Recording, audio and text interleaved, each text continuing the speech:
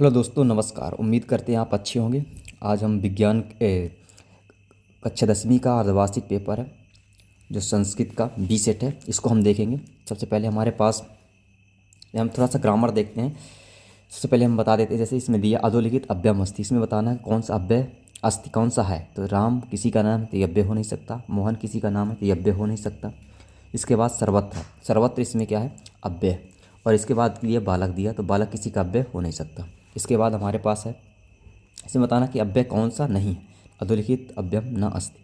इसमें बताना कि अव्यय कौन सा नहीं है। तो इसमें एव, अद्य, अत्र और छात्र, ये 3 वर्ड है हमारे पास। इसमें बताना कि कौन सा अव्यय नहीं है। तो ये हमारे पास क्या है, एव भी अव्यय है, अद्य भी अव्यय है और अत्र भी अव्यय है। छात्र अव्यय नहीं है, तो इसमें छात्र अव्यय नहीं है। इसके बाद दिया बालिका शब्द चतुर्थी विभक्ति रूपम अस्ति।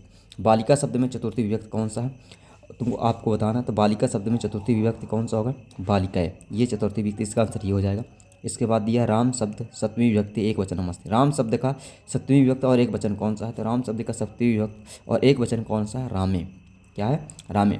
फल शब्द का प्रथम विभक्ति और बहुवचन कौन सा था। फल शब्द का एक वचन और प्रथम विभक्ति और एक वचन, तो कौन सा होगा जी, फलान।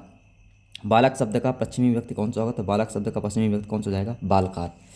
पश्चिमी विभक्ति कौन सा हो जाएगा, बालकात। ये नहीं है, इसमें क्या जाएगा, बालकात पश्चिमी विभक्ति होगी। इसके बाद हमारे पास दिया ये तत्पुरुष समास का उदाहरण, इसमें से कौन सा है। तत्पुरुष समास का उसमें उदाहरण है कौन सा, राजपुरुष, क्या है, राजपुरुष। सूर्योदय पदे में कौन सी संधि है। तो सूर्योदय में कौन सी संधि है, गुण संधि है। सूर्योदय में गुण संधि है। बाद हमारे पास दिया है दिक् समास। दिक् समास का कौन सा उदाहरण है। तो दिक् समास का उदाहरण हमारे पास त्रिभुवनम है। कौन सा है, त्रिभुवनम। द्वंद्व समास का उदाहरण कौन से है। द्वंद्व समास का उदाहरण हमारे पास हरिहरव है। कौन सा है, हरिहरव। इसके बाद हमारे पास दिया है यद्यपि संधियुक्त पद में कौन सी, इसमें कौन सी यद धन आपकी कौन सा संधि में, तो हमारे पास बनेगा ये यद्यपि, ये बन जाएगा। इसके बाद हमारे पास दिया अवैध अद्यैप पदे में कौन सी संधि है। अद्यैप पदे में हमारे पास अधन एवं हमारे पास कौन सी संधि हो जाती है, ये यण संधि। तो ये हमारे पास ये हो गया। तो आपके पास इसके बाद ये हमारे पास अनुगच्छति। अनुगच्छति में ये सही मिलान करना है।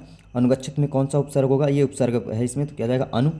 प्राचार में प्रा उपसर्ग हो जाएगा। इसके बाद पठासी, पठासी ये आपको बताना है। इसमें पठासी भविष्य काल भवति गम धातु, इसमें आपको बताना है। तो ये सबसे पहले तो हम बताते हैं गम धातु। गम धातु में क्या होगा, गच्छति होगा। इसके बाद क्या दिया है, भू धातु। भू धातु क्या हो जाएगा, भवति, ये हो जाएगा। भविष्य काल कहते हैं लट्ट लकार को, पठसी कहते हैं मध्यम पुरुष का। तो पठसी का हो जाएगा मध्यम पुरुष, भविष्य काल का हो जाएगा लट्ट लकार, भवती का हो जाएगा भू धातु और गम का हो जाएगा गच्छति। इसके बाद इसमें दिया है कीर्तम में। कीर्तम में इसमें पदे प्रत्यय स्थिति, इसमें कृत प्रत्यय होगा। कृत, कीर्तम में कौन सा प्रत्यय होगा, कित प्रत्यय का नपुंसक लिंग का है। और टाप, टाप में इसमें पदे उदाहरणम अस्ति। तो टाप में कौन सा हमको क्या देना है, एक उदाहरण देना। तो टाप में कोई भी अब जैसे बालक है, बालक में टाप लगा दी तो क्या हो जाता है, बालिका हो जाता है। और दूसरा किसी भी लड़की, जैसे प्रथम है, प्रथम में टाप लगा दी प्रथमा हो जाएगा। गायक है, गायक में टाप लगा दी गायिका हो जाता है। पठित्ता में कौन सा प्रत्यय है। तो पठित्ता में कत्वा प्रत्यय है। कौन सा, कत्वा प्रत्यय है। अब इसके बाद ये है। इसके बाद हमारे पास अगला पेज है, इसमें आम ना करना है, आमना सही सत्य असत्य बताना है। तो इसमें ये हमारे पास दिया है। फिर इसके बाद ये प्रश्न उत्तर आ जाता है। तो प्रश्न उत्तर आप देख सकते हैं, वीडियो को पॉज करके आप इनको लिख सकते हैं कौन कौन से प्रश्न उत्तर आते हैं। फिर नीचे ये लिखा है ये।